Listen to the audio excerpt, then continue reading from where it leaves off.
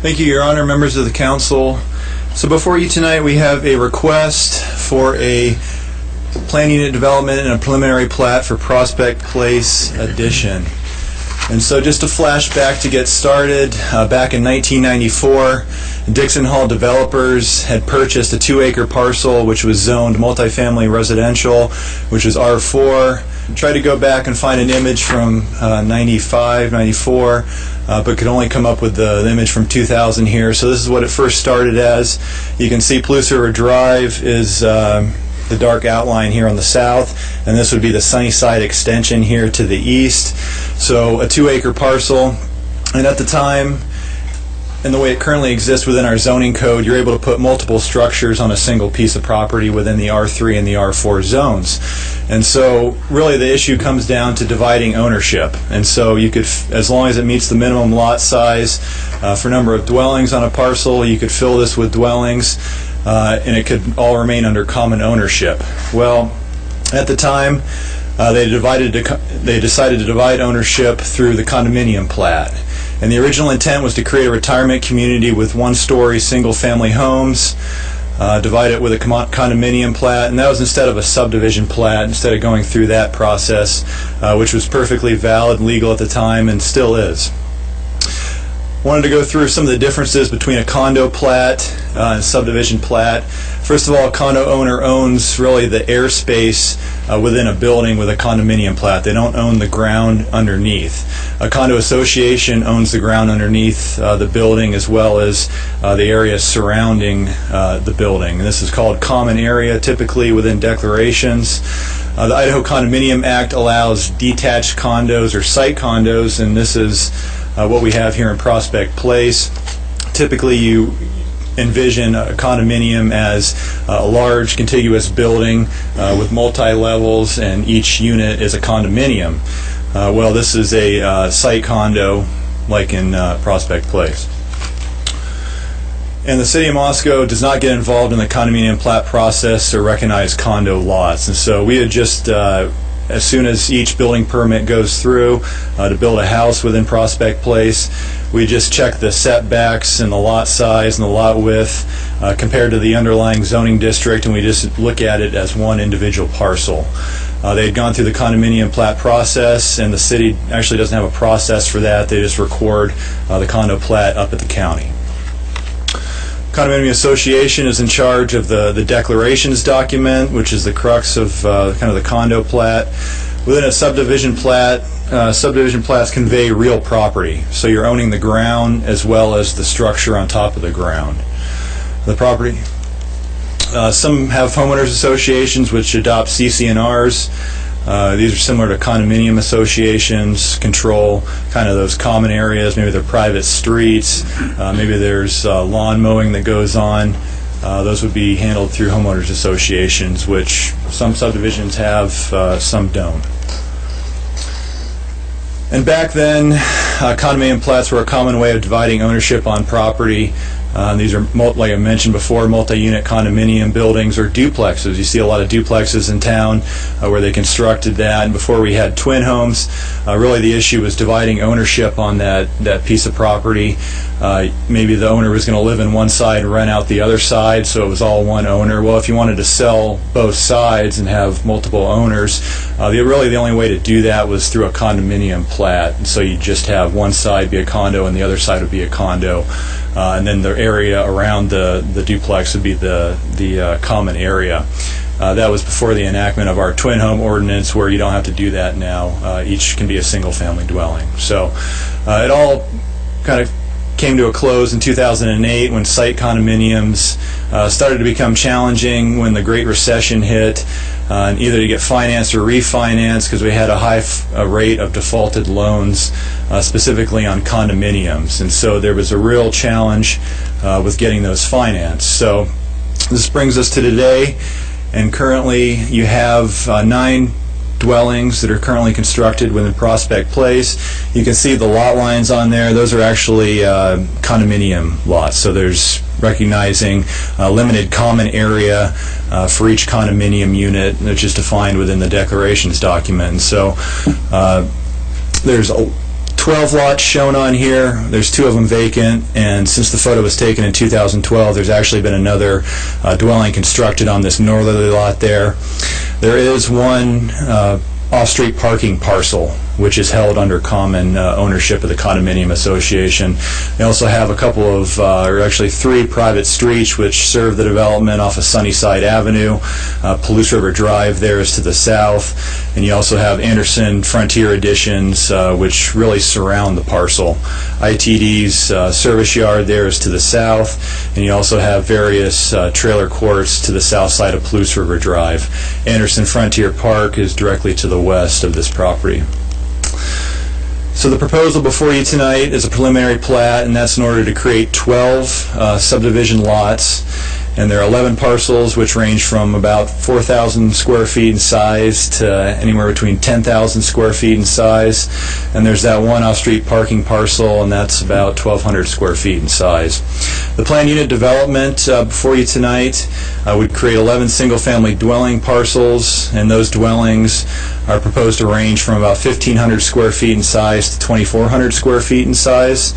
The applicants submitted elevations of the 9 single-family dwellings, pictures that have, those are the ones that have already been constructed within the development, and then they also have 3 conceptual images of buildings that will be constructed, or the typical theme of the PUD.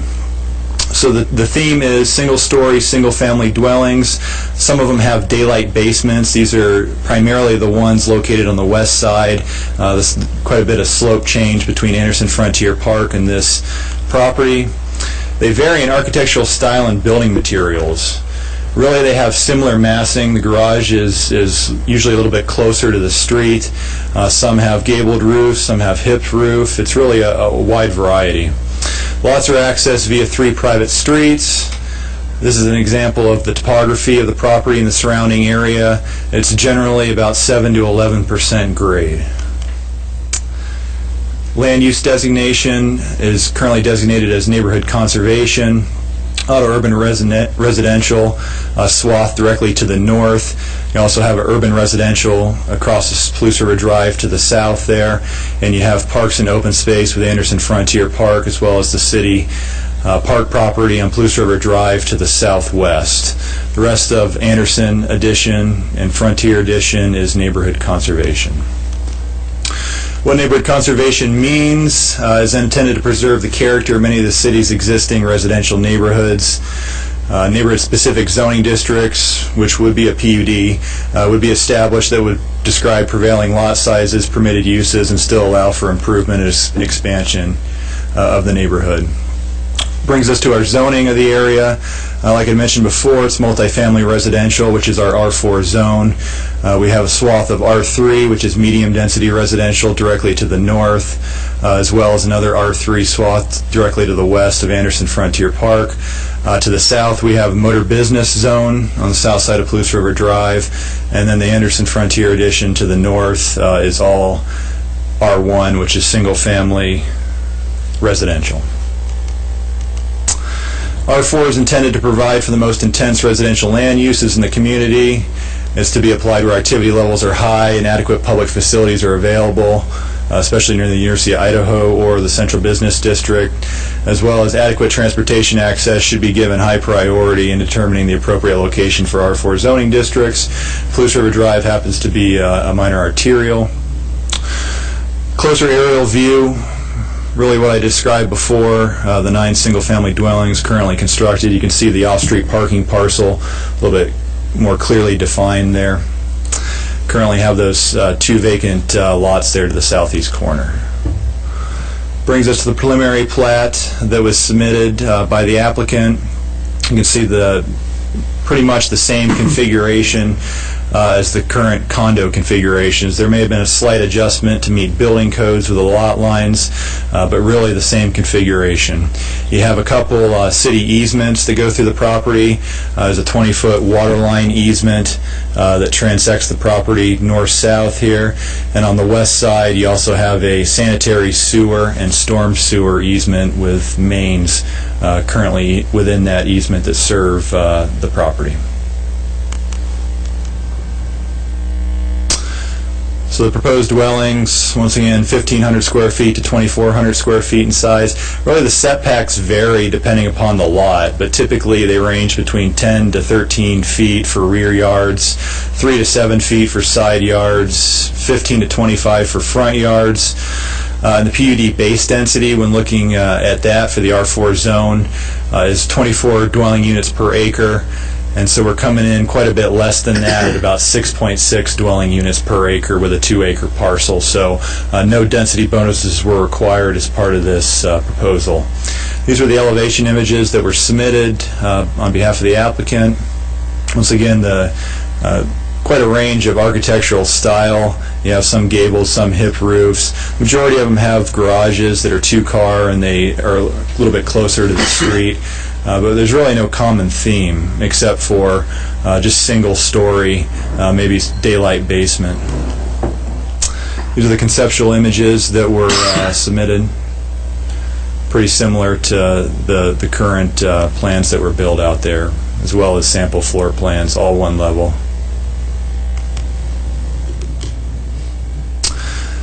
So we'll continue to include the extension of those 3 private streets. They're named Garnet Court, Pearl Circle, and Ruby Court. They have 25-foot right-of-ways, and with 20 feet of that 25 feet is a paved street, which also includes rolled curbs on both sides of the street. Sunnyside Avenue is designated as a local neighborhood street, and Palouse River Drive is a minor arterial. Like I had mentioned before, we have those water mains and those utility easements. We have a 6-inch city main within the 20-foot utility easement going through the middle of the property, and private lines connect to each individual service to these mains. Then just have a water quote about the expected usage when the development's at full build-out. We're looking at about 1 million gallons of water per year with 11 dwelling units, assuming it's 2.25 occupants. So again, we have 8-inch sanitary and storm within the 10-foot utility easements. We also have stormwater catch basins already installed in Ruby and Garnet Court, which convey the stormwater to the mains on the west side. And once again, we have those private sanitary sewer lines which connect the services to the mains. Looking at the parkland dedication, there should be a memo included in your packet tonight from our Parks and Rec Director, Dwight Curtis. He stated that the proposed plat is located within the Anderson First Edition subdivision, which is already dedicated parkland to the City of Moscow, actually Anderson Frontier Park, adjacent to the west. Planning and Zoning Commission did conduct a public hearing, and that happened on April 22nd, 2015, and recommended approval of the proposed PUD and preliminary plat to City Council with no conditions. And it's staff's recommendation tonight to conduct a public hearing upon the proposed PUD and preliminary subdivision plat, and upon consideration of any testimony presented, approve the PUD and preliminary plat for Prospect Place addition with no conditions suggested. I'd certainly be able to answer any questions that you might have. Mike, you talked about 3 private streets, and I'm suspecting the applicant will address these as well. And those public streets will be streets that the condominium association will be taking care of for snow removal and those types of things, rather than city? Correct. Yeah, there'll be private streets, and so that'll be the responsibility of it'll be homeowners association if they were to be granted approval for the subdivision plat and PUD. So, Dan had a question. That was my question. Oh, okay. Other questions for Mike before I open it up? Art? Just wondering about how the land is to be conveyed to the individual owners.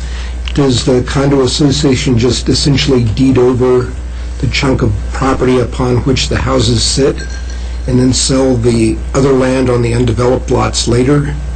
How is that part managed? Maybe a better question for the applicant's attorney. Yeah. Okay. We can, Art, we're going to be, when we get into the testimony, the applicant will be the first, and the person can address that issue at that time. How's that sound? Works for me. Other questions for Mike?